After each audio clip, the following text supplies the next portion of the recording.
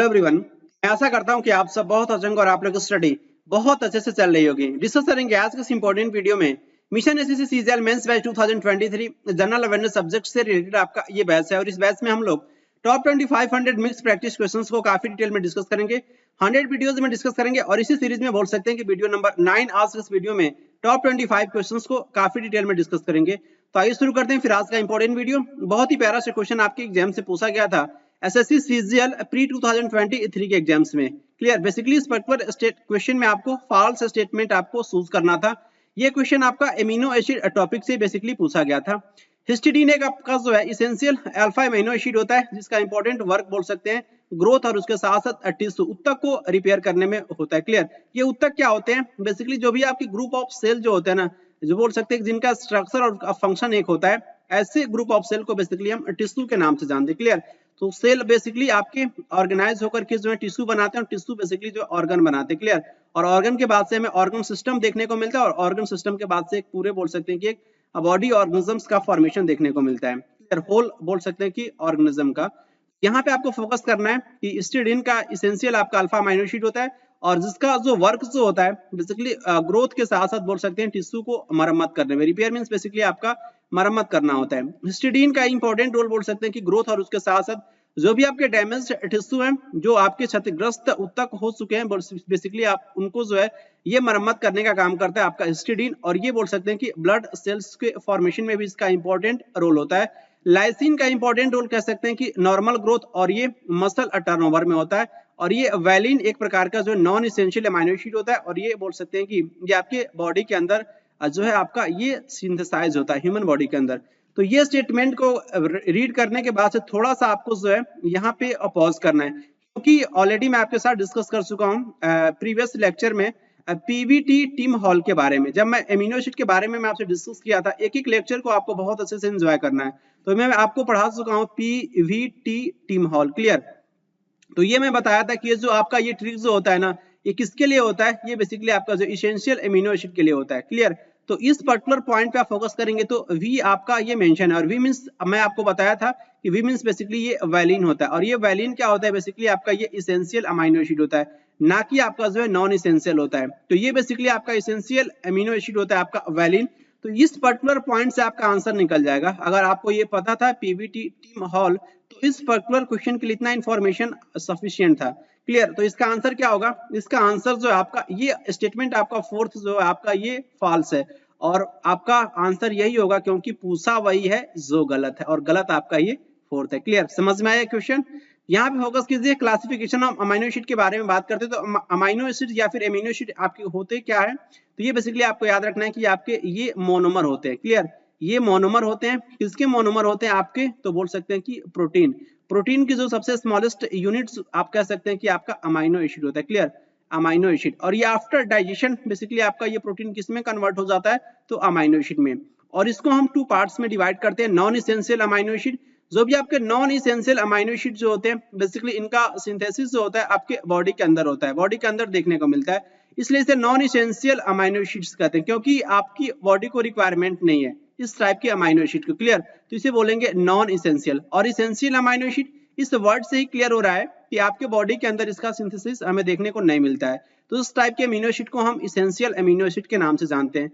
ये प्यारा सा आपका ये स्लाइड है, यहाँ पे देख सकते हैं इसेंशियल अमीनो एसिड को। यहाँ पे मैं एक ट्रिक बताया था आप लोगों को, PVT TIM HALL. P means what? P means आपका phenylalanine. Clear, V means आपका वैलिन। फिर से आप रिवाइज कर लीजिए।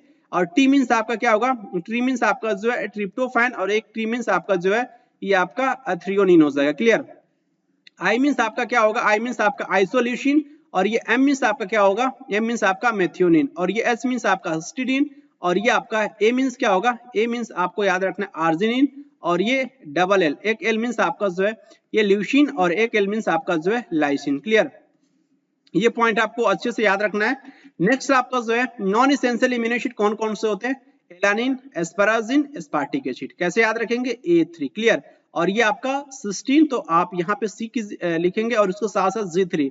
ग्लूटामिक एसिड, ग्लूटामाइन और ये ग्लाइसिन। क्लियर, तो यहाँ पे आप लिख दीजिए G3 और ये आपका PST। क्लियर, P मीन्स आपका जो फिनाइल एलानिन नहीं है, आपको कंफ्यूज नहीं होना, P यहाँ पे भी दिख रहा है तो P तो आपका फिनाइल एलानिन है। क्लियर, तो ये आपका जो है ये इसेंशियल अमीनो एसिड है, लेकिन यहाँ पे भी P दिख रहा है तो ये आपका ये प्रोलीन है। क्लियर, और ये आपका S क्या है यहाँ पे, यस आपका जो है वो सेरीन है, और T क्या है आपका जो है ये टायरोसिन है। क्लियर, तो ये पॉइंट आपको याद रखना है नॉन इसेंशियल एमिनो एसिड के बारे में। क्लियर, यहाँ पे फोकस कीजिए, जो भी आपके एमिनो एसिड्स जो होते हैं यूजुअली बोल सकते हैं इनको ये आपके कलरलेस होते हैं, कोई भी कलर देखने को नहीं मिलता है, और ये क्रिस्टलाइन सॉलिड्स होते हैं। सॉलिड्स आपके टू टाइप्स के होते हैं, एक आपका एमॉर्फस सॉलिड और सेकंड आपका क्रिस्टलाइन सॉलिड। एमॉर्फस सॉलिड के एग्जांपल में डिस्कस किया था आप लोगों के साथ रबर। रबर का शेप बेसिकली आपका फिक्स नहीं होता है, ये हमेशा बदलता रहता है, तो ये आपका जो आपका एमॉर्फस सॉलिड होता है। क्लियर, और ये आपका जो है क्रिस्टलाइन सॉलिड, जैसे कि आपका sodium chloride. Clear, sodium chloride एक प्रकार का जो है ये क्रिस्टलाइन सॉलिड होता है। क्लियर, और ये आपके वाटर सॉल्युबल होते हैं, और ये इनका जो है आपका मेल्टिंग जो होता है, हाई मेल्टिंग बोल सकते हैं कि पॉइंट देखने को मिलता है इस पर्टिकुलर अमीनो एसिड का। और ये बेसिकली आपका ये सॉल्ट के जैसे बिहेव करता है। सॉल्ट बेसिकली आपको एक रिएक्शन आपके बारे में आपको पास आइडिया होना चाहिए, न्यूट्रलाइजेशन रिएक्शन। न्यूट्रलाइजेशन रिएक्शन में क्या होता है, बेसिकली आपका एसिड जो है वो बेस के साथ रिएक्ट करके, जैसे कि आपका HCl हाइड्रोक्लोरिक एसिड और ये बेस आपका जो NaOH, ये दोनों आपस में रिएक्ट करके क्या बनाते हैं, तो सॉल्ट बनाते हैं, NaCl प्लस H2O बनाते हैं। क्लियर, तो ये बेसिकली जो है ये सॉल्ट जो देखने को मिल रहा है, ये बेसिकली आपके HCl NaOH रिएक्ट करते हैं तो सॉल्ट, और उसके साथ साथ ये वाटर बनता है। और इस पर्टिकुलर रिएक्शन को किसके नाम से जानते हैं, न्यूट्रलाइजेशन रिएक्शन के नाम से जानते हैं। तो ये बेसिकली आपके अमीनो एसिड जो होते हैं वो किसके जैसे बिहेव करते हैं, सॉल्ट्स के जैसे बिहेव करते हैं, क्योंकि इनके पास सिंपल अमाइंस और उसके साथ साथ कार्बोक्सिलिक एसिड्स देखने को मिलता है। और ये बेसिकली आपका ये कार्बोक्सिलिक आपका ये जो ग्रुप जो होता है जिसका नेचर कैसा है, आपका ये एसिडिक ग्रुप है COOH, ये बेसिकली आपका ये कार्बोक्सिलिक ग्रुप होता है। क्लियर, ये पॉइंट भी आपको याद रखना है, जैसे कि आपके एग्जाम्स में पूछा जा चुका है, ये फंक्शनल ग्रुप से रिलेटेड। बेसिकली OH जो होता है ये बेसिकली आपका ये फिनोलिक ग्रुप भी होता है और ये आपका एल्कोहलिक ग्रुप भी होता है। तो ये बेसिकली OH आपसे पूछा गया था, ये बेसिकली जो है किस में कंपाउंड में देखने को मिलता है, तो ये बेसिकली आपको फिनोलिक भी याद रखना है और उसके साथ साथ जो है आपका ये जो एल्कोहलिक याद रखना है, लेकिन आपके एग्जाम से एल्कोहलिक वाला पूछा जा चुका है। क्लियर, तो ये आपको याद रखना है। उसके साथ साथ आपको याद रखना है कि आपका COOH से आपका ये कार्बोक्सिलिक ग्रुप होता है, और ये आपका बेसिक इसमें देखने को मिलता है एमिनो ग्रुप। जो आपका एमिनो ग्रुप जो होता है आपका ये बेसिक नेचर का होता है। तो एक ही मॉलिक्यूल के अंदर आप बोल सकते हैं कि एसिड कैरेक्टर भी देखने को मिला और ये बेसिक कैरेक्टर दोनों देखने को मिला, इसलिए सॉल्ट के जैसे आपका ये अमाइनो एसिड बिहेव करता है। ये कॉन्सेप्ट की क्लैरिटी है आपको। उसके बाद से जब हम इनको डिसॉल्व करते हैं अमाइनो एसिड को, तो जो बेसिकली आपका ये कार्बोक्सिलिक ग्रुप जो होता है वो आपका ये लूज करता है एक प्रोटॉन। क्लियर, यहाँ पे देखिए ये आपका जो है यहाँ पे कोई भी आपका अमाइनो एसिड जो होता है ना, उसमें बेसिकली एक आपका ये ऐसा चैन देखने को मिलता है COOH और उसके साथ साथ NH2। ये तो आपका कोई भी अमाइनो एसिड में आपको ये देखने को मिलेगा।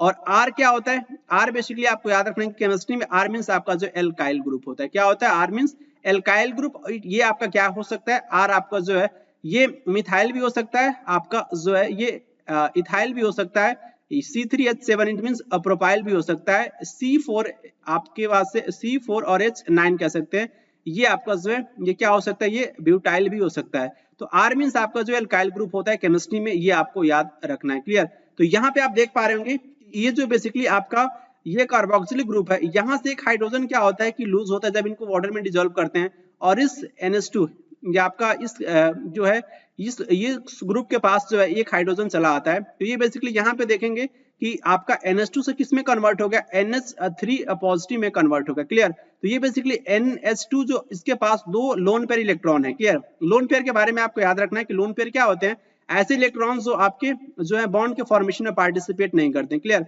तो ये बेसिकली ये जो नाइट्रोजन के पास ये जो इलेक्ट्रॉन है ये बॉन्ड के फॉर्मेशन में पार्टिसिपेट नहीं किया हुआ है।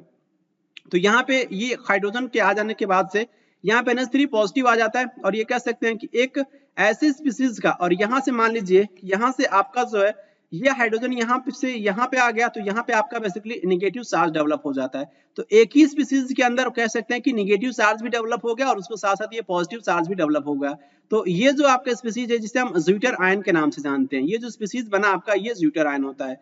तो ज्यूटर आयन के बारे में अगर आपसे एग्जाम में पूछा जाएगा तो आप उसका आंसर कर पाएंगे। क्लियर, उसके साथ साथ ये इंपॉर्टेंट इन्फॉर्मेशन है प्रोटीन से रिलेटेड, जहां से आपके एग्जाम्स में से सीजीएल प्री 2023 के एग्जाम्स में ऑलरेडी क्वेश्चन पूछा जा चुका है।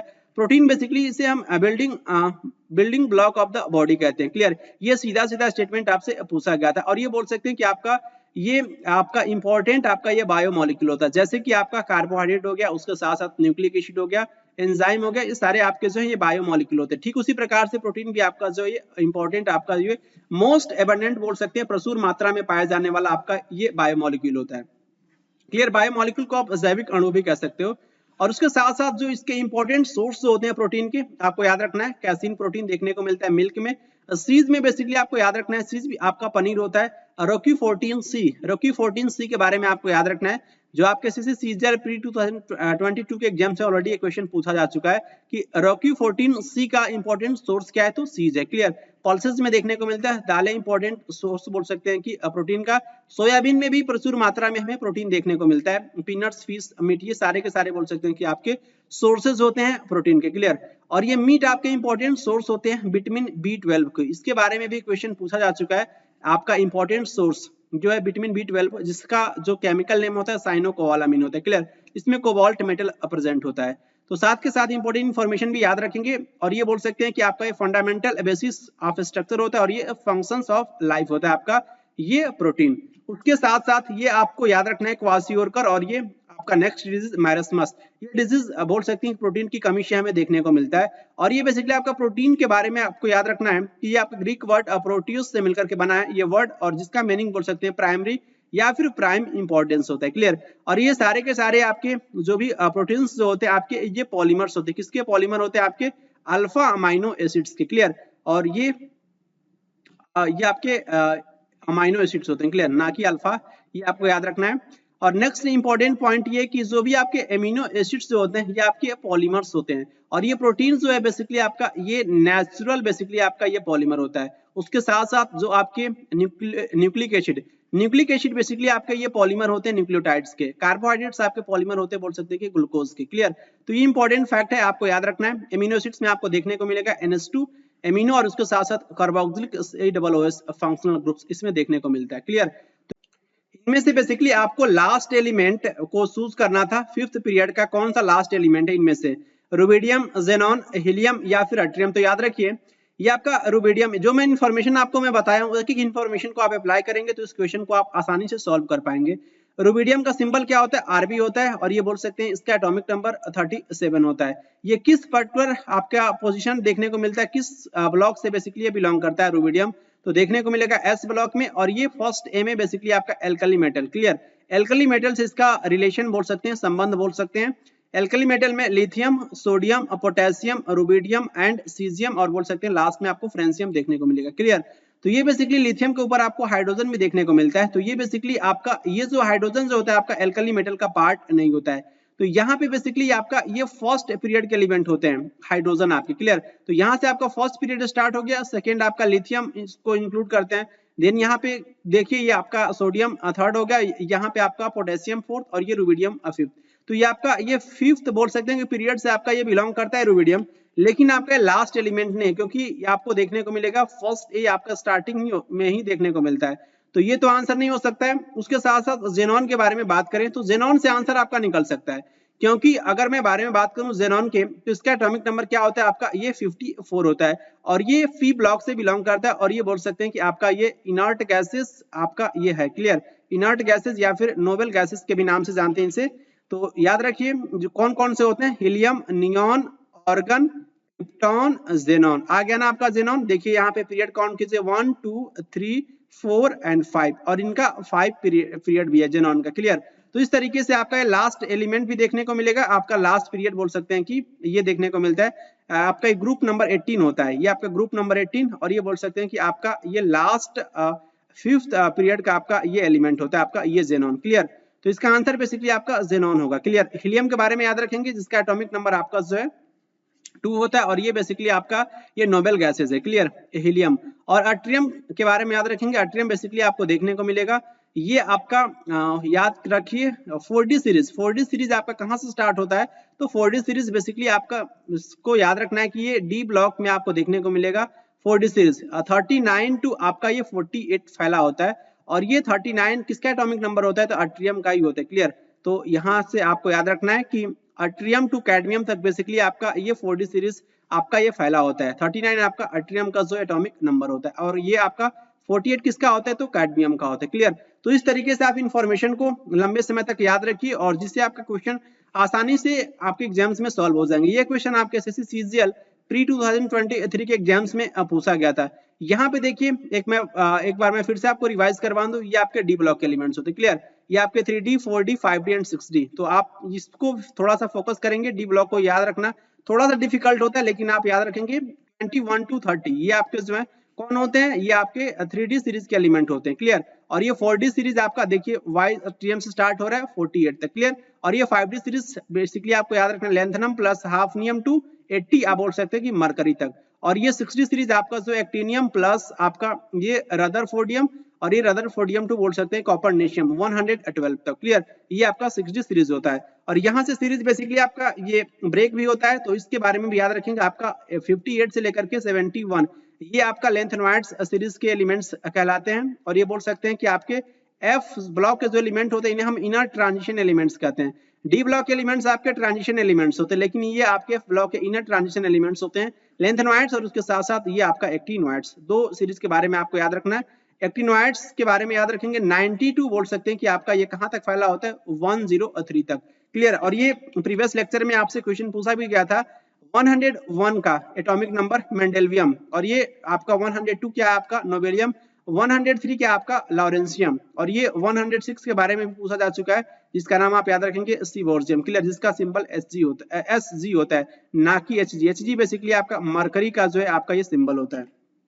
क्लियर, ये पॉइंट भी याद रखना है, आपको कोरिलेट करना है, ऑलरेडी मैं डिस्कस कर चुका हूं। ये बेसिकली कुछ आपके पीरियोडिक ट्रेंड्स है जो आप बोल सकते हैं कि जब आप टॉप टू बॉटम जाते हो, टॉप टू बॉटम आप कहां जाओगे, आप ग्रुप में जाओगे, तो टॉप टू बॉटम जाने के बाद से आपका ये जो एटॉमिक रेडियस जो होता है, परमाणु त्रिज्या जो होता है बेसिकली आपका ये इंक्रीज होता है। उसके साथ साथ ये आपका इलेक्ट्रोनिगेटिविटी, और उसके साथ साथ एटॉमिक रेडियस तो यहाँ पे आपका ये आपका लेफ्ट टू राइट जाने के बाद से आपका डिक्रीज होता है। जब कभी मैं लेफ्ट टू राइट के बारे में बात करूं तो आप समझ जाना कि मैं किसकी बात कर रहा हूं, पीरियड की बात कर रहा हूं, और टॉप टू बॉटम कहूं तो आप समझ जाना कि टॉप टू बॉटम किसके बारे में बात कर रहा हूं, ये मैं ग्रुप के बारे में बात कर रहा हूं। क्लियर, तो ये इंपॉर्टेंट पॉइंट आपको याद रखना है। और जो भी आपका आयोनाइजेशन एनर्जी जो होती है ये भी आपका बोल सकते हैं कि लेफ्ट टू राइट जाने के बाद आपका इंक्रीज होता है, और ये इलेक्ट्रॉन एफिनिटी भी आपका इंक्रीज होता है। तो क्या क्या आपको याद रखना है इस पर्टिकुलर पॉइंट से, इलेक्ट्रोनिगेटिविटी, उसके साथ साथ आयोनाइजेशन एनर्जी, इलेक्ट्रॉन एफिनिटी, तीनों आपके लेफ्ट टू राइट जाने के बाद से आपके पीरियड में इंक्रीज होते हैं। उसके साथ साथ आपका ये नॉन मेटलिक कैरेक्टर्स भी आपका इंक्रीज होता है बेसिकली आपका लेफ्ट टू राइट जाने में। क्लियर, और जो आपका इंक्रीज होगा, जो आपका बोल सकते हैं कि पीरियड में इंक्रीज होगा, वो टॉप टू बॉटम जाने के बाद से ऑटोमेटिकली बोल सकते हैं कि आप इसको अपोजिट के तरीके से याद रखेंगे, वो ऑटोमेटिकली आपका ये डिक्रीज होता हुआ नजर आएगा। क्लियर, तो इस तरीके से याद रखेंगे। नेक्स्ट क्वेश्चन की तरफ मूव करेंगे। ये भी क्वेश्चन आपके एसएससी सीजीएल प्री 2023 के एग्जाम से पूछा गया था। आपको उस पर्टिकुलर ऑर्गेनिक कंपाउंड का नाम बताना था जो बेसिकली जिसका जो है प्लीजेंट आलमंड एरोमा होता है, उस सुगंध कह सकते हैं, और ये कॉमनली इसका यूज किया जाता है। बोल सकते हैं कि जो आपका आलमंड जो आपका ये फ्लेवर जो होता है चॉकलेट का, और उसके साथ साथ जो आपका बेक्ड गुड्स के में इसका यूज किया जाता है। तो आपको बताना है कौन सा आपका ऑर्गेनिक कंपाउंड है, बेंजल्डिहाइड है या फिर मैंजेनेट है या फिर इथाइल आपका ये माल्टोल या फिर आइसोएमाइल एसीटेट। तो याद रखिए आपका कौन सा कंपाउंड है, बेंजल्डिहाइड है। क्लियर, और बेंजल्डिहाइड के बारे में बात करूं तो इसका फॉर्मूला क्या होता है, C6H5CHO। इसमें एल्डिहाइड ग्रुप देखने को मिलेगा, और ये CHO आपका जो एल्डिहाइड ग्रुप होता है, और इसके बारे में भी आपको याद रखना है। क्लियर, ये आपके एग्जाम्स में ऑलरेडी पूछा जा चुका है। नेक्स्ट यहाँ पे फोकस कीजिए, ये आपका बेंजल्डिहाइड का बोल सकते हैं कि आपका स्ट्रक्चर है। ये आपका बेंजीन रिंग है, और ये बेंजीन रिंग के ऊपर बेसिकली आपको देखने को मिलेगा CHO ग्रुप। क्लियर, तो ये बेसिकली बेंजीन का फॉर्मूला क्या होता है, C6H6 होता है, और ये आपका इंपॉर्टेंट बोल सकते हैं कि आपका ये एरोमेटिक कंपाउंड होता है बेंजीन। क्लियर, इस तरीके से आपका बेंजल्डिहाइड भी आपका एरोमेटिक कंपाउंड होगा। क्लियर, उसके साथ साथ आपको याद रखना है कि ये बेसिकली यहाँ पे देखिए ये आपका बेंजीन का स्ट्रक्चर होता है। क्लियर, यहाँ पे अल्टरनेट बॉन्ड देखने को मिलता है, 3 अल्टरनेट बॉन्ड यहाँ पे देखने को मिलता है।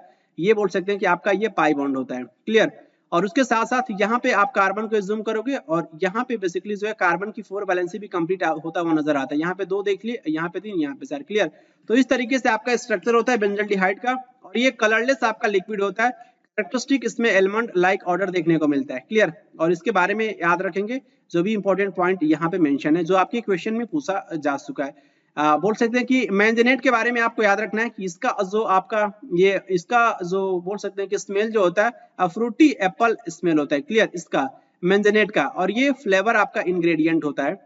और ये आपका जो इथाइल आपका माल्टोल जो होता है ये आपका ऑर्गेनिक कंपाउंड, ये बोल सकते हैं कि आपका ये फ्लेवरेंट के रूप में यूज किया जाता है। जो भी आपके कॉन्फेक्शनरीज जो होता है ना, जो भी हलवाई की दुकान होती है उसमें बेसिकली इसका यूज किया जाता है, क्लियर, किसके रूप में, जो है फ्लेवरेंट के रूप में। और ये आपका आइसो एमाइल एसीटेट भी आपके ऑप्शन में था, ये बोल सकते हैं कि इसका स्ट्रॉन्ग ऑर्डर होता है। और ये बोल सकते हैं कि आपको ये देखने को मिलेगा बनाना और उसके साथ साथ ये पियर के जैसा इसका ये ऑर्डर होता है इसका, क्लियर।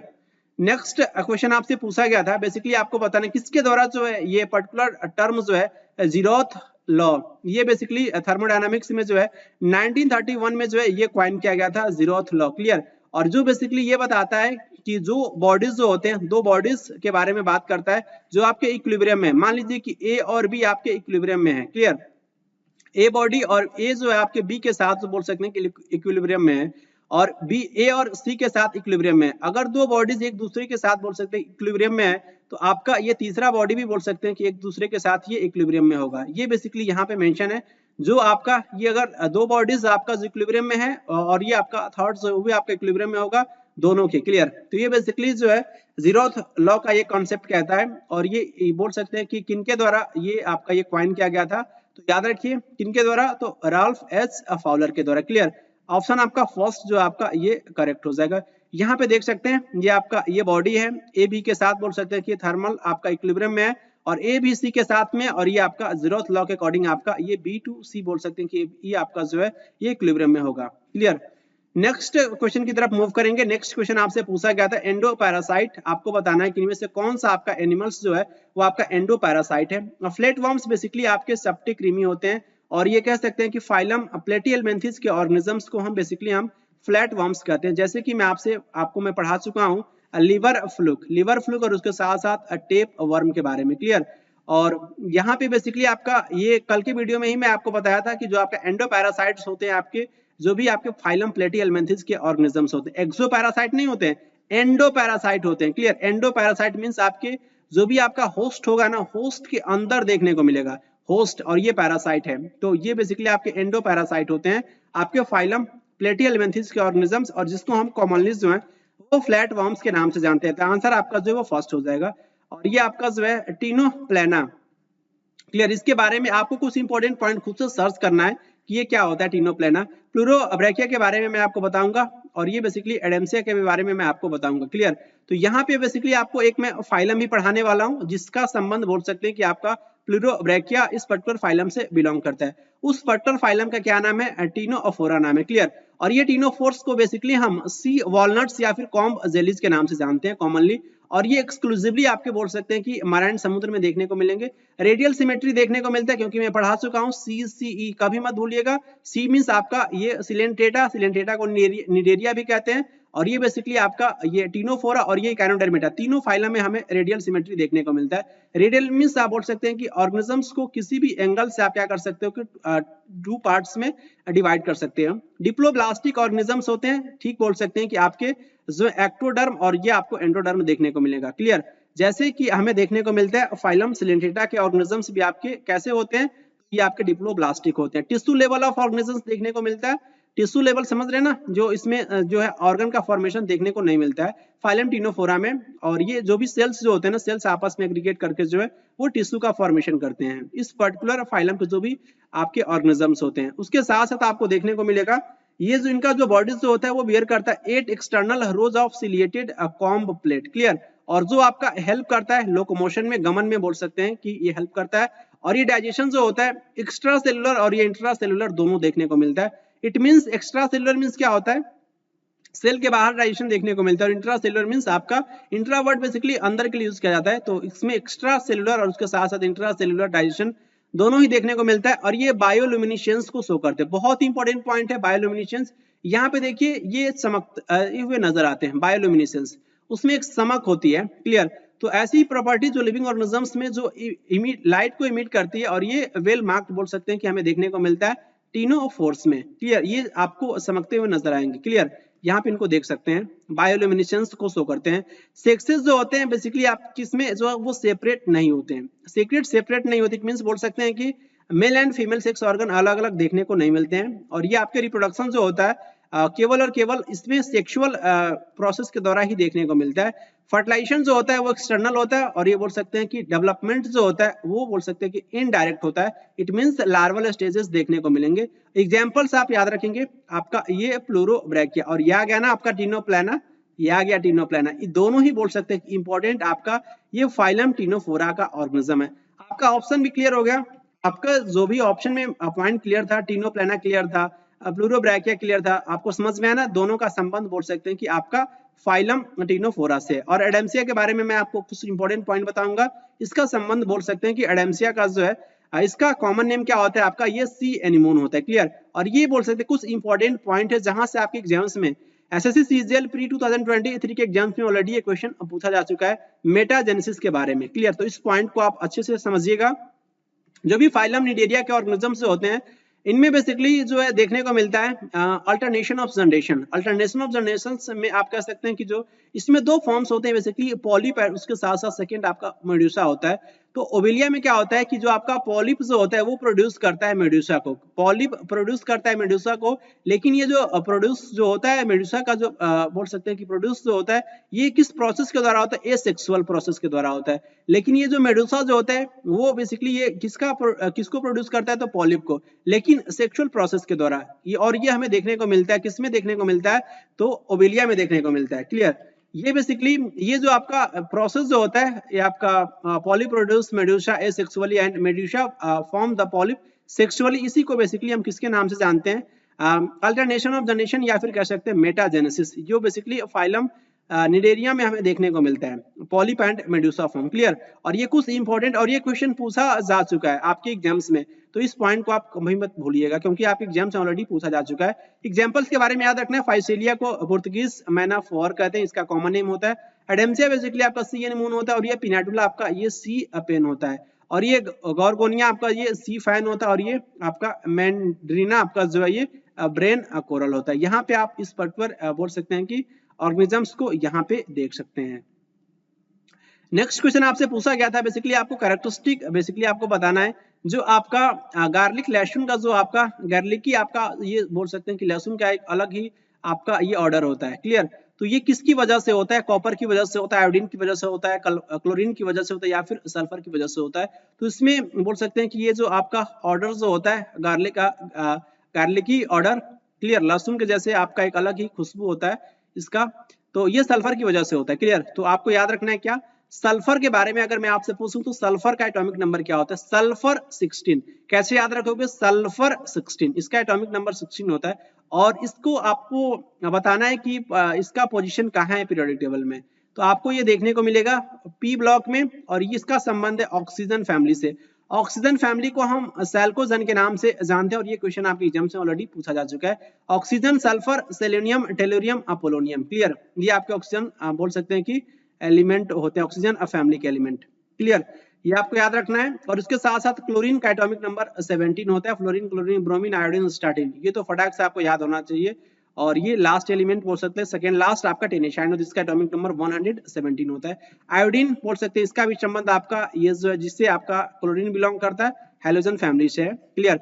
और ये बेसिकली जो आपका ये नॉन मेटल है आपका आयोडीन, लेकिन इसमें लस्टर की प्रॉपर्टी देखने को मिलता है, ये चमकता हुआ प्रतीत होता है आपका, ये बोल सकते हैं कि आयोडीन। और ये बेसिकली लस्टर की प्रॉपर्टीज होती है, बेसिकली मेटल का एक इंपॉर्टेंट कैरेक्टरिस्टिक फीचर होता है। लेकिन आपका ये आयोडीन जो है ये नॉन मेटल होते हुए इसमें ये कैरेक्टरिस्टिक फीचर देखने को मिलता है। आयोडीन का एटॉमिक नंबर आपका ये 53 होता है। कॉपर के बारे में याद रखेंगे, कॉपर का एटॉमिक नंबर आपका जो है कितना होता है, कॉपर आपका जो है ये 29 होता है, क्लियर, कॉपर 29।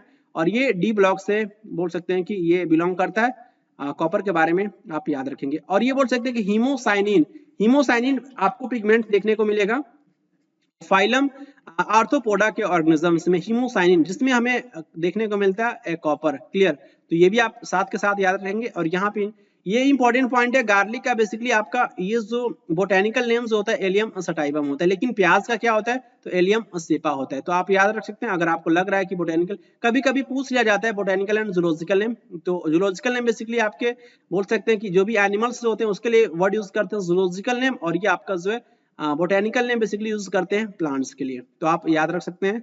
यहाँ पे इनको इमेज में भी देख सकते हैं, अगर आपने नहीं देखा है कि गार्लिक होता है क्या, लहसुन, तो यहाँ पे देख सकते हैं। नेक्स्ट क्वेश्चन आपसे पूछा गया था एथेनोइक एसिड के बारे में। जो एथेनोइक एसिड जो होता है बेसिकली जो आपका एक एसिडिक लिक्विड होता है जिसका यूज किया जाता है किचन में, इसी के सिनोनिम्स आपका एक होता है एसिडिक लिक्विड। क्लियर, आपका एथेनोइक एसिड के सिनोनिम्स बोल सकते हैं।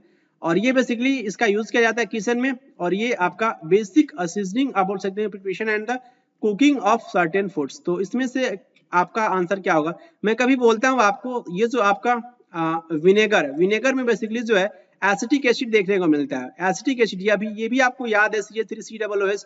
तो आपका एसिटिक एसिड ये आपका क्या होता है? IUPAC नेम बेसिकली इसका एसिटिक एसिड का जो है इथेनोइक एसिड होता है। तो ये मैं बार बार चिल्लाता भी हूँ वीडियो के दौरान। क्लियर, एसिटिक एसिड में आपको ये विनेगर देखने को मिलेगा। क्लियर, तो इसका आंसर बेसिकली क्या हो जाएगा? इसका आंसर बेसिकली आपका जो विनेगर हो जाएगा, ऑप्शन सेकंड। कॉस्टिक सोडा क्या होता है? कॉस्टिक सोडा और उसके साथ साथ बेकिंग सोडा और ये वॉशिंग सोडा, आपको याद रखना। कॉस्टिक सोडा बेसिकली आपका सोडियम हाइड्रोक्साइड होता है। वॉशिंग सोडा क्या होता है? आपका ये सोडियम कार्बोनेट होता है, Na2CO3। फिर मैं पूछूं कि ये बेसिकली आपका ये बेकिंग सोडा भी होता है, तो बेकिंग सोडा क्या होता है? NaHCO3। ये आपका सोडियम बाइकार्बोनेट होता है। क्लियर, तो याद रखना है। एप्पल जूस तो आप समझ रहे हैं, लेकिन आपको बताना है एप्पल में हमें कौन सा एसिड देखने को मिलता है? ऑर्गेनिक एसिड होता है, मैलिक एसिड। और ये आपके एग्जाम्स में कई बार पूछा जा चुका है, एप्पल में कौन सा एसिड देखने को मिलता है? तो मैलिक एसिड देखने को मिलता है। टेमरिंड में बेसिकली, और उसके साथ साथ ग्रेप्स में, अंगूर में, इमली में और अंगूर दोनों में देखने को मिलता है टार्टरिक एसिड, और ये आपको टोमेटो में देखने को मिलेगा oxalic acid. Clear, oxalic acid. और ये सारे के सारे आपके जो ऑर्गेनिक एसिड हैं, लैक्टिक एसिड भी आपको देखने को मिलेगा मिल्क में, लैक्टिक एसिड। क्लियर, और ये बेसिकली आपका मिल्क जो होता है किस में कन्वर्ट होता है? आपका ये कर्ड में कन्वर्ट होता है लैक्टोबैसिलस नाम के बैक्टीरिया से। क्लियर, तो बेसिकली ये आपको याद रखना है लैक्टोबैसिलस बैक्टीरिया का नाम, और ये लैक्टिक एसिड। कुछ प्रॉपर्टीज आपको याद रखना है इथेनोइक एसिड से रिलेटेड। जो आपके इथेनोइक एसिड जो होते हैं कॉमनली हम एसिटिक एसिड और ये बोल सकते हैं इसी पर्टिकुलर आपके जो है कार्बोक्सिलिक एसिड्स ग्रुप देखने को मिलेंगे आपके एसिटिक एसिड में, क्योंकि आप लिखते हो CH3COOH। और ये इतना खतरनाक सा क्वेश्चन पूछा गया था ना कि आपका ये कार्बोक्सिलिक आपका ये उस पर्टिकुलर कंपाउंड को आपको चूज करना था जिसमें दो आपके कार्बन देखने को मिलते हैं। देखिए यहाँ पे दो कार्बन है, इस तरीके से क्वेश्चन फ्रेम किया गया था एग्जामिनर के द्वारा। तो उसका आंसर बेसिकली जो आपका क्या था? तो आपका एसिटिक एसिड था उस पर्टिकुलर क्वेश्चन का आंसर। तो आपको फॉर्मूला भी याद रखना है, CH3COOH होता है, और ये IUPAC नेम होता है आपका जो है। IUPAC क्या होता है? International union of pure and applied chemistry. ये बेसिकली IUPAC कई लोग इससे IUPAC भी कहते हैं, IUPAC। Clear, international union of pure and applied chemistry. Clear, तो ये आपको याद रखना है। जो आपका ये IUPAC नेम बोल सकते हैं एसिटिक एसिड का क्या होता है? एथेनोइक एसिड होता है। 5 to 8% जो आपका सॉल्यूशन होता है एसिटिक एसिड का वाटर में, उसके किसके नाम से जानते हैं? विनेगर के नाम से जानते हैं। क्लियर, और ये इसका मेल्टिंग पॉइंट जो होता है प्योर एथेनोइक एसिड का कितना होता है? ये आपको याद रखना है, आपके एग्जाम्स में ऑलरेडी पूछा जा चुका है। कितना होता है? 290 केल्विन होता है, 290 केल्विन होता है। क्लियर, और ये आपके बोल सकते हैं कि ये जम जाते हैं विंटर सीजन में कोल्ड क्लाइमेट्स में, और ये बोल सकते हैं उसके लिए एक डिफरेंट वर्ड यूज करते हैं, ग्लेशियल एसिटिक एसिड। जो भी आपका ग्रुप जो होता है ऑर्गेनिक कंपाउंड्स का, ये कार्बोक्सिलिक एसिड्स जो आप बोल सकते हैं कि इसमें एसिडिक नेचर देखने को मिलता है। क्लियर, और लेकिन जो आपके मिनरल्स जो एसिड जो होते हैं जैसे कि आपके HCl आपका सॉरी ये आपके Cl हो गया, उसके साथ साथ H2SO4 ये आपके क्या हो गए? तो ये आपके जो है कह सकते हैं कि आपका ये मिनरल एसिड होते हैं, ये आपके मिनरल एसिड होते हैं, और ये साथ साथ बोल सकते हैं कि आपके कंप्लीटली आयोनाइज्ड हो जाते हैं, जैसे कि आपका जो है ये HCl आपका आयोनाइज्ड हो जाता है। क्लियर, तो ये बेसिकली मैं आपको इंपॉर्टेंट पॉइंट बता दूं कि आपके कार्बोक्सिलिक एसिड आपका CH3COOH किस किस में आयोनाइज होता है? तो CH3COO माइनस ये आपका एसिटेट आयन, और ये आपका H पॉजिटिव आयन में बेसिकली ये ब्रेक डाउन हो जाता है। क्लियर, आप इनको इमेज में भी देख सकते हैं। यहाँ पे याद रखना है कि वेनिलिन के बारे में। क्लियर, जो आपके ऑप्शन में था वेनिलिन। क्लियर, तो ये बेसिकली इसमें आपको देखने को मिलेगा जो है फिनोलिक एल्डिहाइड। क्लियर, ये आपका जो फिनोलिक एल्डिहाइड, और इसमें फंक्शनल ग्रुप देखने को मिलता है एल्डिहाइड, जो आपका CH2 होता है, आपका हाइड्रोक्सिल आपका OH होता है, और ये आपको देखने को मिलेगा ईथर। क्लियर, तो ये फैक्ट आपको याद रखना है जो है आपका वेनिलिन से रिलेटेड, जो आपके ऑप्शन में था और ये बोल सकते हैं कि इसका यूज किया जाता है, ये आपका फ्लेवरिंग जो आपका वेनिला से बेसिकली इसको एक्सट्रैक्ट किया जाता है, इसको वेनिलिन को वेनिला से एक्सट्रैक्ट किया जाता है, क्लियर। और ये फूड में, बिवरेजेस में और ये फार्मास्यूटिकल्स में इसका यूज किया जाता है फ्लेवरिंग एजेंट के रूप में। नेक्स्ट क्वेश्चन आपसे पूछा गया था, केमिकल फॉर्मूला आपको बताना था क्लोरोफॉर्म का, CH3, CHCl, CHCl2 या फिर CH2Cl2। तो याद रखिए ये क्लोरोफॉर्म बेसिकली ट्राइक्लोरोमेथेन होता है, क्लियर, ट्राइक्लोरोमेथेन। तो इसका फॉर्मूला आपका क्या हो जाएगा, CHCl3, ये आपको याद रखना है। ये इंपॉर्टेंट आपका टेबल है जहां से आपके एग्जाम्स में क्वेश्चन पूछे गए SSC CGL प्री 2023 के एग्जाम्स में, और इसको आप अच्छे से लर्न करोगे तो आप यहाँ पे देख भी सकते हो इसका फॉर्मूला क्या होता है क्लोरोफॉर्म का, CHCl3। आपसे एग्जाम से पूछा गया है SSC CGL प्री 2023 के एग्जाम्स में एसिटिक एसिड के मेल्टिंग पॉइंट और ये बोल सकते हैं एथेनॉल के melting point and boiling point से, क्लियर। और ये एसिटिक एसिड का फॉर्मूला क्या होता है, CH3COOS, जिसमें 2 कार्बन आपको देखने को मिलेंगे। और ये यहाँ पे देखिए मेल्टिंग पॉइंट कितना होता है 290 और बॉइलिंग पॉइंट कितना होता है 391। क्लोरोफॉर्म का फॉर्मूला क्या होता है, CHCl3, मेल्टिंग पॉइंट 209 और ये बॉइलिंग पॉइंट 334। और एथेनॉल को देखिए, एथेनॉल को बेसिकली आप इस तरीके से भी लिख सकते हो C2H5OH, क्लियर। और इसको CH3CH2OS इस तरीके से भी आप लिख सकते हो। तो ये बेसिकली आपका एथेनॉल क्या होता है, इथाइल अल्कोहल होता है, इसमें अल्कोहलिक ग्रुप प्रेजेंट होता है बेसिकली OH, तो ये आपको याद रखना है। और ये आपके एग्जाम से पूछा भी जा चुका है, OH आपका जो है बेसिकली कौन सा ग्रुप होता है, कौन सा फंक्शनल ग्रुप होता है, तो अल्कोहल होता है, क्लियर। और इसका मेल्टिंग पॉइंट 156 केल्विन और ये बॉइलिंग पॉइंट 351। मेथेन के बारे में याद रखना है, इसका फॉर्मूला CH4 और ये बेसिकली आपका एल्केन होता है, क्लियर। और ये आप कह सकते हैं कि मेल्टिंग पॉइंट 90 और बॉइलिंग पॉइंट 111, क्लियर।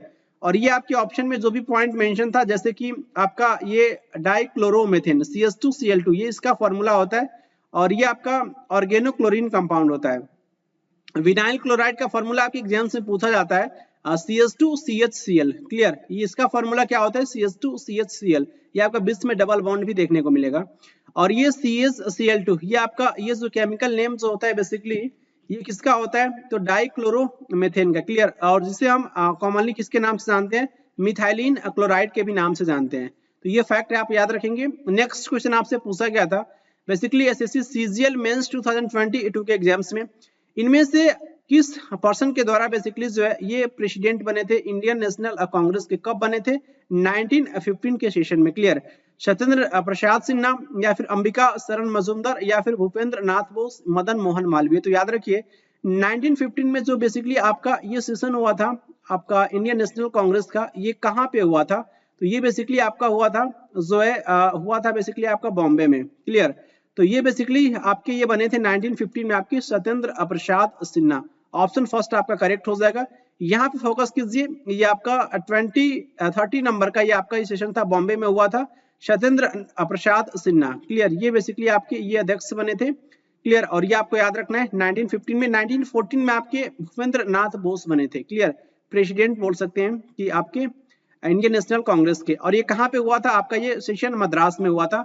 31st कहाँ पे हुआ था, लखनऊ में हुआ था 1916 वाला, क्लियर। ये आपको याद रखना है, जहां पे आपकी मुस्लिम लीग और उसके साथ साथ जो आपके गरम दल और ये नरम दल दोनों लोगों का मिलन यहाँ पे देखने को मिलता है 1916 में।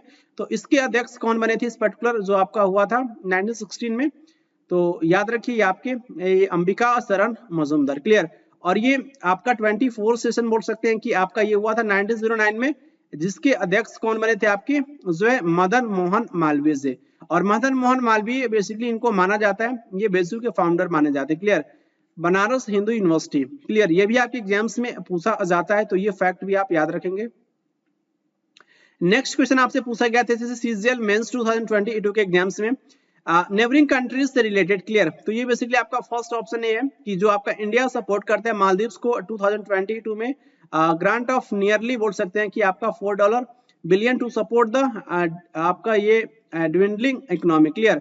और ये उसके साथ साथ जो आपका इंडिया जो है हाईएस्ट GDP डॉलर में इन टर्म्स ऑफ जो भी आप कंपेयर करके देखोगे श्रीलंका, भूटान एंड बांग्लादेश से, तो इसमें से कौन सा आपका ये जो ऑप्शन करेक्ट होगा, केवल और केवल बी, या फिर बोल सकते हैं कि दोनों ही आपका इनकरेक्ट है, neither A nor be, clear. केवल और केवल ए या फिर दोनों ए एंड बी। तो याद रखिए आपके ये जो दोनों, ये आपके ऑप्शन ए जो आपका ये इनकरेक्ट है, क्लियर। और ये बेसिकली ऑप्शन आपका जो बी जो है India basically highest GDP in dollar terms, जो अब हम कंपेयर करते हैं श्रीलंका, भूटान और बांग्लादेश, तो ये बेसिकली ये आपका हाईएस्ट जीडीपी देखने को मिलता है in terms of dollar. Clear, तो ये बेसिकली आपका 80 इकोनॉमी मानी जाती है इंडिया की भी, तो इसका आंसर बेसिकली ओनली बी हो जाएगा, ऑप्शन आपका फर्स्ट करेक्ट होगा। यहाँ पे देखिए नेबरिंग कंट्रीज से रिलेटेड आपको फैक्ट पता होना चाहिए, Afghanistan, Bangladesh, Bhutan, China, Myanmar, Nepal, Pakistan, Sri Lanka and Maldives. Clear, तो यहाँ पे आप देख सकते हैं नेबरिंग कंट्रीज, तो मैं हमेशा आपसे बोलता हूँ कि आपको याद भी रखना है, और ये क्वेश्चन पूछा भी जाता है कि बांग्लादेश से कितने आपके जो स्टेट जो है लैंड बाउंड्री शेयर करते हैं। क्लियर, ये आपको याद रखना है और कमेंट बॉक्स में इसका आंसर भी करना है, जैसे कि भूटान के बारे में याद रखना है, उसके साथ साथ म्यांमार के बारे में याद रखना है, और उसके बाद से नेपाल के बारे में याद रखना है। ये बहुत ही आपके बोल सकते हैं कि आपके बहुत ही सिंपल क्वेश्चन होते हैं, और अगर क्वेश्चन पूछे जाएंगे, क्वेश्चन आपके सिंपल हो या फिर इजी हो, मार्क्स तो इक्वल होता है ना, ये क्वेश्चन पे ये नहीं करता है, ये वेरी नहीं करता है मार्क्स तो आपका इजी क्वेश्चन हो या फिर टफ क्वेश्चन हो, मार्क्स तो आपको सेम ही मिलेंगे। इसलिए जो आपके इजी क्वेश्चन है उनको आप बहुत अच्छे से रिवाइज कीजिएगा। क्लियर, नेक्स्ट क्वेश्चन आपसे ये पूछा गया था जैसे सीजीएल मेंस 2022 के गेम्स में जफर खान से रिलेटेड, जफर खान बेसिकली आपके फेमस जनरल थे, आपको बताना है किस आपके रूलर के, जो आपके दिल्ली सल्तनत के वो रूलर थे। क्लियर, अलाउद्दीन खिलजी, इल्तुतमिश के द्वारा बेसिकली जो है इक्तिदारी सिस्टम, क्लियर, ये स्टार्ट किया गया था, ये आपको याद रखना है, और इनका संबंध जो है स्लेव डायनेस्टी से, गुलाम वंश से था। क्लियर, और ये मोहम्मद बिन तुगलक, इनका संबंध बोल सकते हैं कि किससे था, जो है ये तुगलक डायनेस्टी से इनका संबंध था, और ये बलबन। तो याद रखिए जफर खान जो थे ये बेसिकली आपके फेमस जनरल थे, बोल सकते हैं कि जो है दिल्ली सल्तनत इनके जो है अलाउद्दीन खिलजी के, ऑप्शन फर्स्ट आपका करेक्ट हो जाएगा। ये बहुत ही इंपॉर्टेंट स्लाइड है, जहां से आपके एग्जाम्स में एसएससी सीजीएल प्री 2022 के एग्जाम से बहुत सारे क्वेश्चन पूछे गए हैं, तो ये स्लाइड के बारे में आपको याद रखना है। ये बेसिकली आपका ये जो राजपूत डायनेस्टीज दिल्ली सल्तनत में बेसिकली पूछा जाता है, तो राजपूत डायनेस्टीज का यहाँ पे देख सकते हैं ये ड्यूरेशन, ये बेसिकली आपके तोमर वंश जो आपके अर्ली 11th सेंचुरी में देखने को मिले थे 1165 के अराउंड। क्लियर, अनंगपाल यहाँ पे देख सकते हैं 1130 से 1145, और यहाँ पे आप इनको रीड कीजिएगा। क्लियर, चौहान यहाँ पे याद रखेंगे, ये आपके जो पृथ्वीराज चौहान, इनका जो ड्यूरेशन दे रखा है 1175 से 1192 तक। अर्ली तुर्किश रूलर जो यहाँ पे देख सकते हैं 1206 से 1290, ये आपका स्लेव डायनेस्टी या फिर गुलाम वंश का ये ड्यूरेशन बोल सकते हैं। कुतुबुद्दीन ऐबक, देन इल्तुतमिश, देन आपको देखने को मिलेगा रजिया सुल्तान, और ये गयासुद्दीन बलबन। तो ये ड्यूरेशन दे रखा है, और इस ड्यूरेशन के बारे में आपको याद भी रखना है, क्योंकि क्वेश्चन आपके एग्जाम्स में पूछा जाता है। इनका ड्यूरेशन मैं आपको बता दूं, ये कुतुबुद्दीन ऐबक का ड्यूरेशन है 1206 से लेकर के 1210 तक, और ये कुतुबुद्दीन ऐबक बेसिकली ये इनकी डेथ हुई थी सौगान, ये बेसिकली एक पोलो गेम होता है, पोलो खेल रहे थे तो इनकी डेथ हुई थी। क्लियर है, ये बेसिकली घोड़े से पे बैठ के ये गेम खेल रहे थे, ये आपका पोलो गेम, तो इनकी डेथ हुई थी, और ये क्वेश्चन पूछा भी जाता है आपके एग्जाम्स में। क्लियर, कि किस शासक का जो है वो पोलो खेलते समय सौगान, पोलो को बेसिकली हिंदी में सौगान कहते हैं, तो इनकी डेथ हुई थी, तो आपको याद रखना है कुतुबुद्दीन ऐबक की डेथ हुई थी। क्लियर, पोलो खेलते समय। इल्तुतमिश के बारे में याद रखेंगे 1210 से 1236 इनका ड्यूरेशन है। रजिया सुल्तान इनकी बोल सकते हैं कि जो इनकी पुत्री थी आपके इल्तुतमिश की पुत्री रजिया सुल्तान, ये 4 ईयर इनका ड्यूरेशन है 1236 से 1240, और ये गयासुद्दीन बलबन का ड्यूरेशन है 1206 से लेकर के 1266 ना कि 1206, 1266 से लेकर के 1287 तक। क्लियर, ये आपको याद रखना है। उसके साथ साथ जो आपके सेकेंड डायनेस्टी था दिल्ली सल्तनत में, खिलजी डायनेस्टी, जिसका ड्यूरेशन बोल सकते हैं कि 1290 से 1320, यहाँ पे जलालुद्दीन खिलजी इसके फाउंडर माने जाते हैं खिलजी डायनेस्टी के। उसके बाद से अलाउद्दीन खिलजी 1296 से 1316 तक।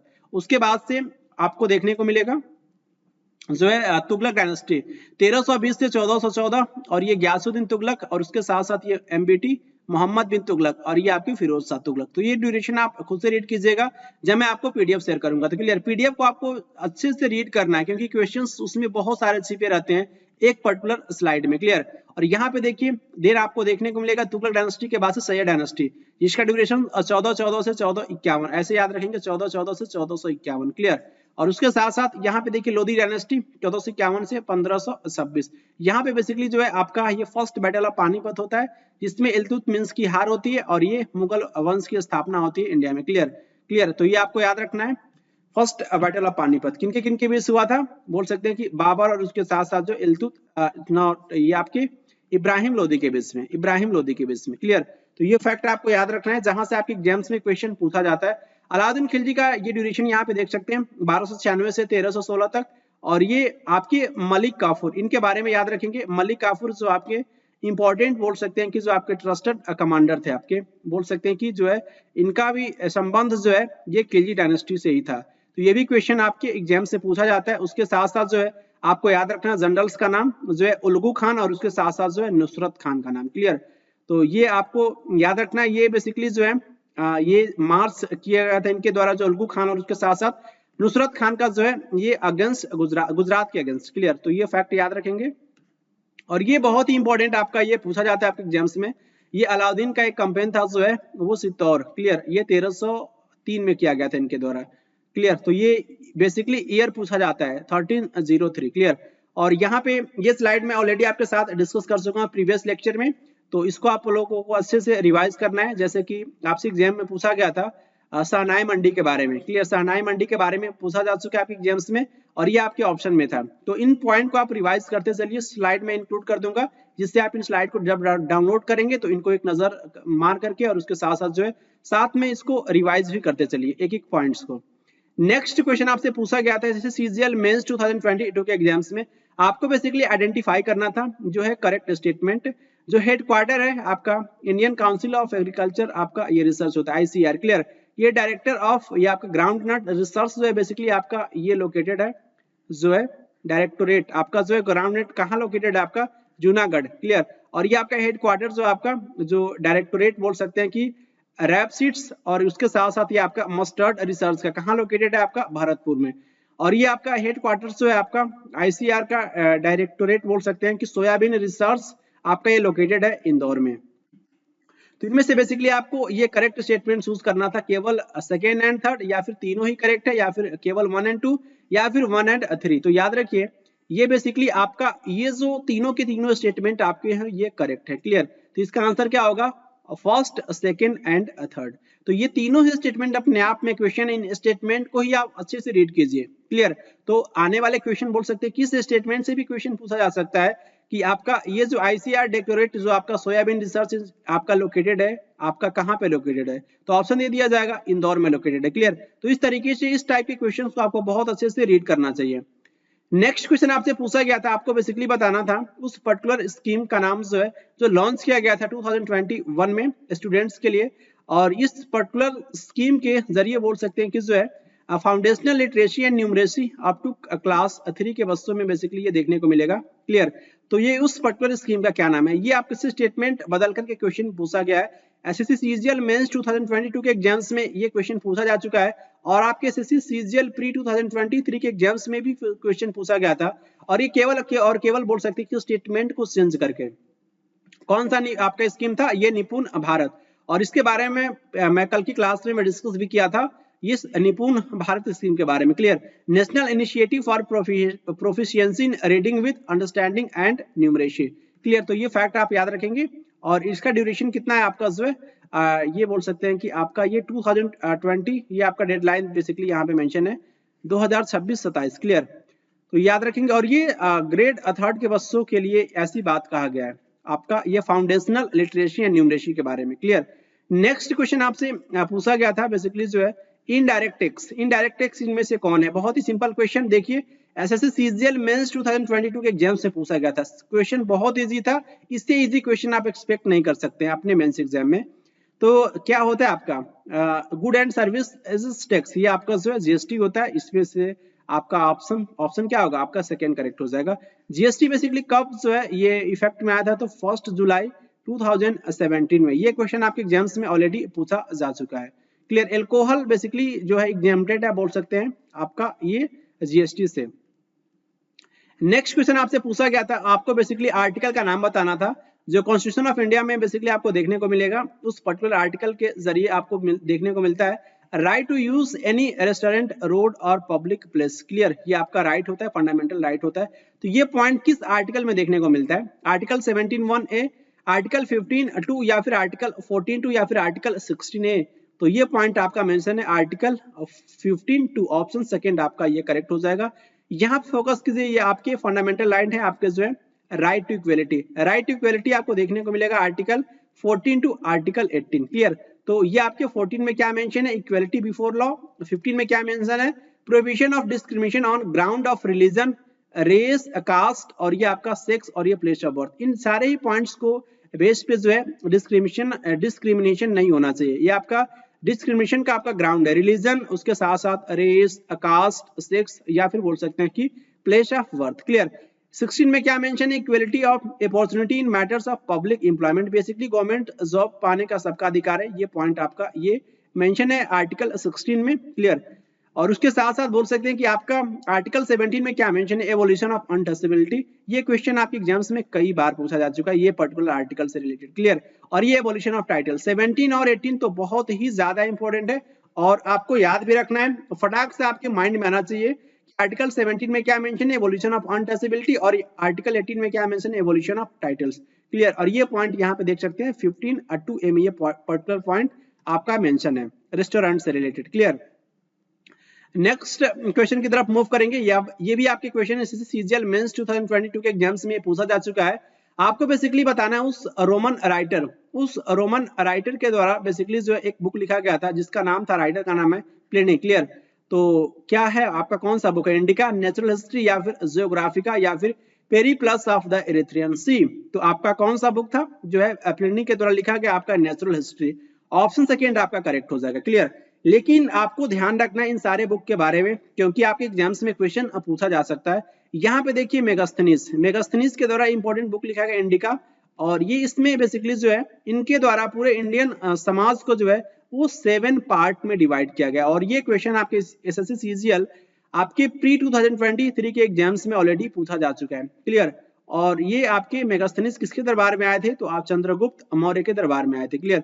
ये भी आपको याद रखना है। और यहाँ पे देख रख सकते हैं आप जो है नेचुरल हिस्ट्री। क्लियर। ये इनका बुक है आपका प्लिनी का, और ये जियोग्राफिका, इनके आपके राइटर कौन है, आपके स्ट्रैबो। क्लियर। तो ये आप याद रखेंगे। और ये आपका the Periplus of the Erythraean Sea जो आपके ऑप्शन में था, जो आपके इसके राइटर कौन है, इसके राइटर है आपके जो है विलफ्रेड आपके जो H scoff. Clear.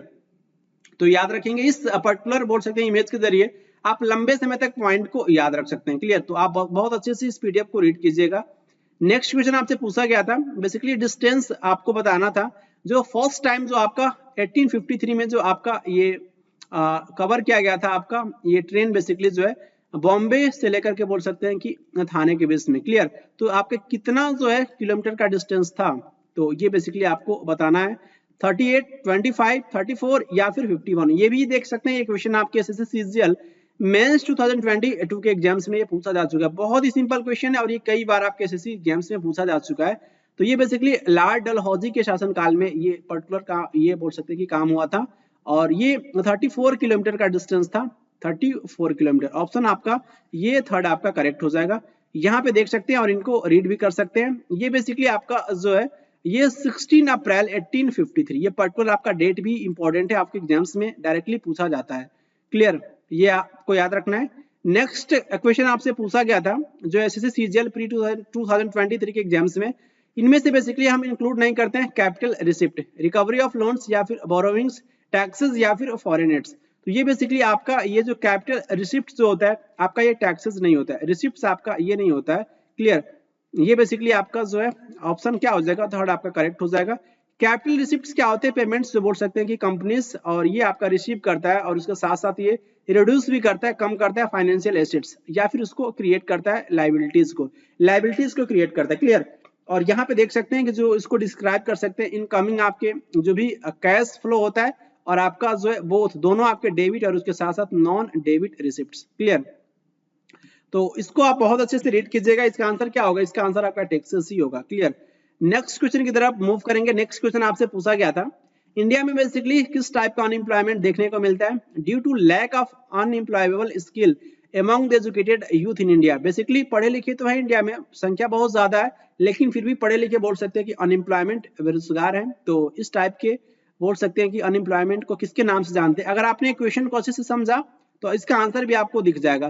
Technological unemployment, ये तो टेक्नोलॉजी के बोल सकते हैं कि ग्रेडेशन की वजह से हो। आप मान लीजिए कि इस समय आर्टिफिशियल इंटेलिजेंस आ रहा है। क्लियर।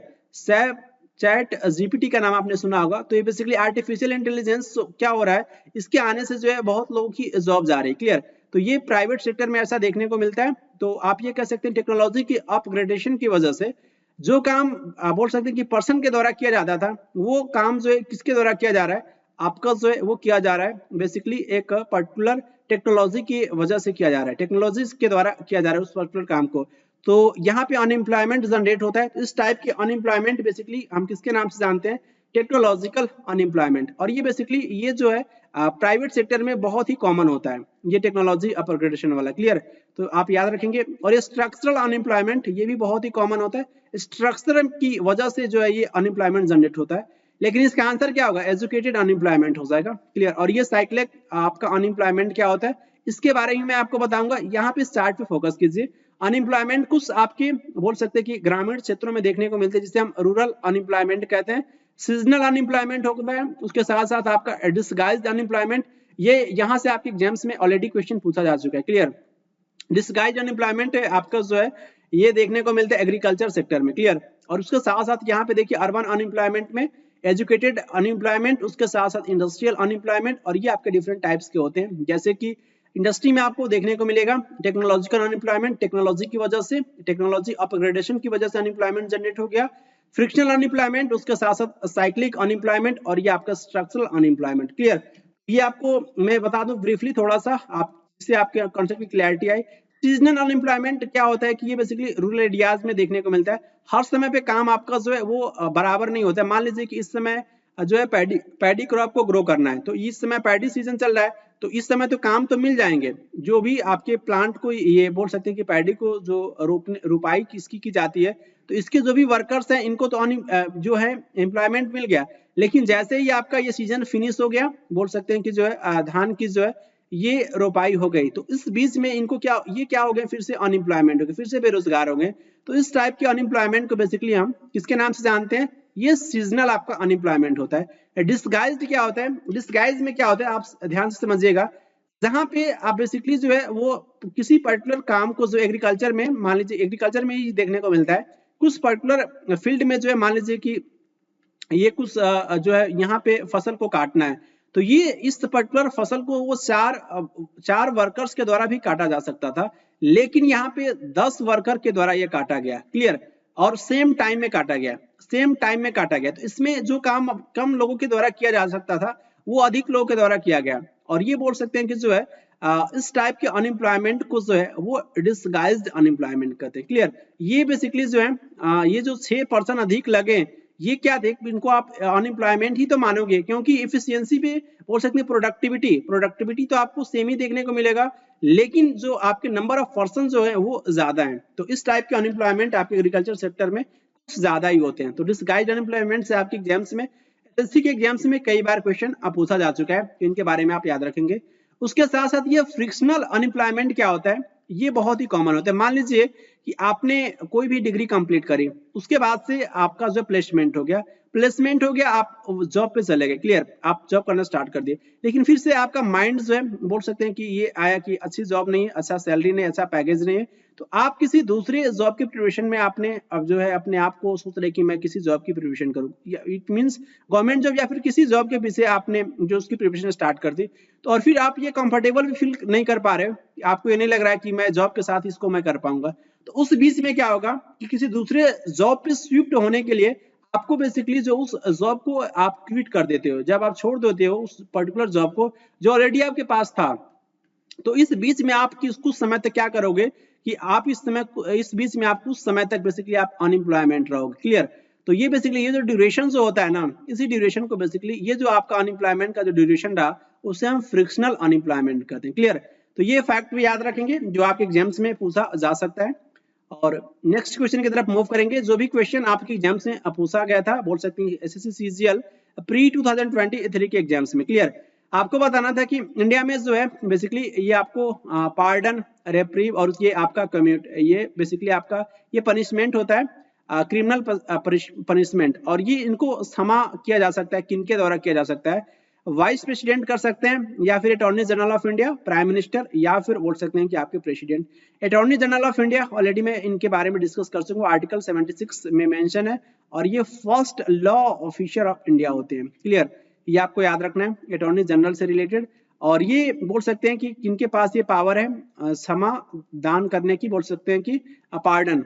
तो ये बेसिकली आर्टिकल 72 के अकॉर्डिंग ये देखने को मिलता है, ये पावर है प्रेसिडेंट को। क्लियर, ऑप्शन फोर्थ आपका करेक्ट हो जाएगा। यहाँ पे देखिए जो पावर आपका जो है प्रेसिडेंट को बेसिकली 72 में दिया गया है सेम पावर, लेकिन उसमें कुछ बोल सकते हैं कि जो आपका डेथ पनिशमेंट जो होता है ना, ये बेसिकली जो है ये गवर्नर के द्वारा नहीं किया जा सकता है। क्लियर, तो ये बोल सकते हैं कि जो आपका पर्टिकुलर डेथ जो होता है क्रिमिनल, मान लीजिए किसी क्रिमिनल के द्वारा कोई ऐसा काम कर दिया गया जो उसकी जो डेथ हो गई, बेसिकली जो है उसे फांसी की सजा दे दी गई, मतलब उसको केवल और केवल कौन बचा सकते हैं, तो आपके प्रेसिडेंट ही बचा सकते हैं, उनको गवर्नर नहीं बचा सकते हैं। तो ये पॉइंट याद रखेंगे। और ये उनको पावर देखने को मिलता है आर्टिकल 161 में। तो आर्टिकल 161 बोल सकते हैं कि आपका ये इक्वल होता है 72 इक्वल आपका 161। ये आपका ये जो पार्डन का जो पावर जो है वो देखने को मिलता है किसको, जो है यहाँ पे आर्टिकल 161 में गवर्नर को, और ये आपका आर्टिकल 72 में किसको पावर मिला है, तो बोल सकते हैं कि आपके प्रेसिडेंट को। क्लियर, तो ये इंपॉर्टेंट पॉइंट याद रखेंगे, ये कम्यूटेशन के बारे में, उसके साथ साथ रिमिशन हो गया, रिस्पाइट हो गया, और ये रेप्रीव हो गया। तो इनके नाम पहले आप उसको जो है रीड कीजिए, देन मैं नेक्स्ट वीडियो में मैं आपको यहाँ पे आप समझने का प्रयास भी कीजिएगा। क्लियर, क्योंकि एक ही चीज में बहुत सारे इंफॉर्मेशन आपके दिमाग में जो है वो नहीं फिट हो सकता है। थोड़ा सा जो है मैं वीडियो की लेंथ भी कुछ कम करूंगा, कंटेंट भी कुछ थोड़ा बहुत कम करूंगा, ज्यादा नहीं कम करूंगा, इसलिए आपको पैनिक नहीं होना है। क्योंकि क्या होता है कि एक ही इन्फॉर्मेशन जो आपको मैं दे रहा हूं, तो हर एक इन्फॉर्मेशन आपके पास अच्छे से उसको आप ग्रेस्प करें। अगर आप अच्छे से उसको ग्रेस्प नहीं कर पा रहे हैं, अच्छे से अंडरस्टैंड नहीं कर पा रहे, तो फिर इन्फॉर्मेशन का कोई मतलब नहीं निकलता है। तो ये पॉइंट आप याद रखेंगे, और उसके बाद से नेक्स्ट वीडियो में आपको इसका अच्छे से मैं बताऊंगा कि ये क्या क्या एक एक पॉइंट होता है। खुद से आप समझने का प्रयास भी कीजिएगा, क्योंकि आपको भी अपने माइंड को कुछ एक्टिव रखना है। सारा का सारा चीजें मैं बता दूंगा तो एग्जाम्स तो आपको ही नहीं देना है, तो इससे आपकी थोड़ी सी बहुत अंडरस्टैंडिंग भी बढ़ेगी। तो इसको आप लोग अच्छे से रीड कीजिएगा। क्लियर, नेक्स्ट क्वेश्चन की तरफ मूव करेंगे। नेक्स्ट क्वेश्चन आपसे पूछा गया था, इंडियन बॉक्सर्स का नाम आपको बताना था जिनके द्वारा गोल्ड मेडल्स जो है वो 73 आपका ये आपका स्त्रंज बोल सकते हैं कि आपका ये मेमोरियल बॉक्सिंग टूर्नामेंट हुआ था। क्लियर, ये आपका जो है स्टैंड्स बोल सकते हैं कि आपका ये मेमोरियल बॉक्सिंग टूर्नामेंट, ये बेसिकली आपका सोफिया बुल्गारिया फरवरी में बेसिकली ये हुआ था 2022 में। तो बेसिकली इंडियन बॉक्सर्स का नाम जो आपको बताना है जिनके द्वारा गोल्ड मेडल जीता गया था। क्लियर, तो यहाँ पे देखिए मंजू रानी, इनका कैटेगरी दे रखा है कि इनके इस कैटेगरी से वो खेलती हैं, इनका जो है 52 केजी इनका कैटेगरी है। नीतू 48 और ये आपका निखत जरीन 52 और ये पूजा रानी 48 और ये मंजू रानी 52, पूजा रानी 48 और ये निखत जरीन 52 और उसके साथ साथ ये नीतू 48। तो इसका आंसर क्या होगा, इसका आंसर बेसिकली आपका हो जाएगा option fourth, Nikhat Zareen 52 category है इनका, और ये बोल सकते हैं कि नीतू, इन दोनों लोग के द्वारा ये कारनामा कर दिखाया गया था। ऑप्शन आपका जो है ये 4 हो जाएगा। यहाँ पे आप उनको इमेज में देख सकते हैं। उसके साथ साथ नेक्स्ट क्वेश्चन की तरफ मूव करेंगे। आपको बेसिकली उस पर्टिकुलर पोर्टल का नाम बताना है, ये लॉन्च किया गया था गवर्नमेंट ऑफ इंडिया के द्वारा 2022 में, जिसका एम था जो है इजी, और उसके साथ साथ जो भी आपका लोन एप्लीकेशन होता है और ये जो भी आपका डिसबर्समेंट प्रोसेस जो होता है इस एप्लीकेशन के एप्लीकेंट के द्वारा जो किया जाता है उसमें जो है बेसिकली जो है वो आसान होगा। क्लियर, तो उस पर्टिकुलर बेसिकली आपको उस पोर्टल का नाम बताना था, ई श्रम या फिर स्वायत्त या फिर युक्ति या फिर जन समर्थ। क्लियर, तो आपका कौन सा पोर्टल था, जन समर्थ। ऑप्शन आपका जो है ये फोर्थ करेक्ट हो जाएगा। यहाँ पे देखिए Jan Samarth portal, one stop digital portal liking बोल सकते हैं कि government schemes, check your eligibility, apply online and get digital approval, Jan Samarth. Clear, next question की तरफ मूव करेंगे। आपको बताना था एसएससी सीजीएल प्री 2022 के एग्जाम्स में क्वेश्चन पूछा जा चुका है। आपको बताना है कि जब रिवर इंटर करती है प्लेन में तो बेसिकली ट्विस्ट हो जाती है और ये टर्न करती है और ये फॉर्मिंग करती है बेसिकली आपका ये लार्ज बैंड्स, और उस लार्ज बैंड्स को किसके नाम से जानते हैं, ऑक्सबो या फिर लीव्स या फिर बोल सकते हैं कि फूड प्लेन्स या फिर मियांडर्स। तो आपका क्या होगा आंसर, आपका जो है ये मियांडर्स का फॉर्मेशन देखने को मिलता है। यहाँ पे देखिए जब आपका रिवर इंटर करती है प्लेन में तो ट्विस्ट और उसके साथ साथ ये टर्न करती है, ये आपका लार्ज बैंड्स जिसे हम मियांडर्स के नाम से जानते हैं। क्लियर, और यहाँ पे बेसिकली जो है यहाँ पे इस इमेज के जरिए देखिए ये आपका जो है ये फूड प्लेन्स होता है, ये वाला एरिया आपका फूड प्लेन्स होता है, ये वाला एरिया आपका जो है लिप्स होता है और ये आपका मियांडर होता है। यहाँ पे देखिए आपका मियांडर हो रहा है, क्लियर। और ये आपका ऑक्सबो लेक का फॉर्मेशन हो गया, ऑक्सबो लेक, क्लियर, जिसे हिंदी में गोखुर झील कहते हैं। तो यहाँ पे ये पॉइंट मेंशन है ऑक्सबो लेक से रिलेटेड। और ये यहाँ पे देख सकते हैं कि आपका ये बेसिकली आपका ये फर्टाइल फूड प्लेन होता है। ये जो बेसिकली आपका ये जो होता है ये आपका फ्लैट आपका जो है ये फर्टाइल फूड प्लेन होता है। और ये आपका रेज्ड जो बैंक्स होता है उसे हम लिप्स के नाम से जानते हैं। ये आपका उठा हुआ भाग होता है आपका ये लिप्स। यहाँ पे इमेज में भी देखने को मिल रहा है कि ये बेसिकली आपका ये उठा हुआ पार्ट है, क्लियर। ओके, समझ में आ रहा है ना पॉइंट। अगर आपको समझ में नहीं आया होगा तो आप मैसेज कीजिएगा मेरे पर्सनल नंबर पे, जो भी मैं आप लोगों के साथ शेयर करता हूँ तो मैं फिर से समझा दूंगा। अगर आपको समझ में नहीं आ रहा है तो मैं नेक्स्ट वीडियो में बोल सकते हैं कि मैं पॉइंट को ऐड कर दूंगा और ज्यादा अच्छे से आपको समझा दूंगा। तो बेसिकली आपको इसका फीडबैक देना है कि आपको समझ में पॉइंट आ रहा है या फिर नहीं आ रहा है, क्लियर। आपको बताना है कि जो आपका एम जो है इस MRTP एक्ट 1969 में इस एम का क्या मीनिंग है, क्लियर। मोनोपोलिस्टिक या फिर मोनोपोलिस या फिर मल्टी या फिर मोनोपोली। तो क्या है मीनिंग आपका, ये मोनोपोलिस ना कि मोनोपोली, क्लियर। ऑप्शन आपका ये सेकंड करेक्ट हो जाएगा। MRTP stands for monopolies and restrictive trade practices act 1969, clear. ये आपका MRTP एक्ट है, क्लियर। सेट के लास्ट क्वेश्चन को डिस्कस करेंगे। यहाँ पे इंडस्ट्रियल प्लांट का नाम मेंशन है और यहाँ पे लोकेशन मेंशन है, क्लियर। तो बालको ये आपको देखने को मिलेगा। मैं आपको बता दूं बालको IISCO NFL आपका नेशनल फर्टिलाइजर लिमिटेड होता है और ये आपका ICF इंटीग्रल कोस फैक्ट्री। ये बहुत लोगों को पता होता है इंटीग्रल कोस फैक्ट्री। इसका लोकेशन आपको चेन्नई में देखने को मिलेगा, क्लियर। तो इस तरीके से आपका आंसर फोर्थ का देखिए बी है। फोर्थ का भी केवल और केवल एक ही ऑप्शन में है, तो ऑप्शन आपका थर्ड करेक्ट हो जाएगा। इस तरीके से भी आप क्वेश्चन को सॉल्व कर सकते हैं एग्जाम में। कोई भी अगर आपको एक ऑप्शन पता है तो आप थोड़ा सा सर्च कीजिएगा, उस ऑप्शन को देखिएगा कि क्या आपका ऑप्शन मैच कर पा रहा है आपके जो आपके पास इंफॉर्मेशन अवेलेबल है। तो इस केस में भी आपका आंसर क्या हो जाएगा, वो थर्ड हो जाएगा। बालको आपको देखने को मिलेगा छत्तीसगढ़ कोरबा में, और ये IISCO बुरहानपुर, और ये आपका NFL ये आपका भटिंडा पंजाब में बोल सकते हैं कि आपको ये देखने को मिलेगा। और ये ICF ये जो आपको चेन्नई में देखने को मिलेगा, क्लियर, इंटीग्रल कोस फैक्ट्री। यहाँ पे एक्सप्लेनेशन है, इनको आप रीड कर लीजिएगा। इसी के साथ बोल सकते हैं SSC CGL मेंस 2023 का जो हम लोग जनरल अवेयरनेस के बेस में टॉप 25 100 मिक्स प्रैक्टिस क्वेश्चंस को डिस्कस करेंगे 100 वीडियोस में। और इसी 100 वीडियोस का वीडियो नंबर 9 आपका ये कंप्लीट होता है। इस वीडियो को आप अच्छे से एंजॉय कीजिएगा और एंजॉय करने के बाद इस वीडियो का फीडबैक दीजिएगा, क्लियर। तो मिलेंगे आपसे नेक्स्ट वीडियो में, तब तक के लिए खुश रहें, प्रसन्न रहें। Thank you very much.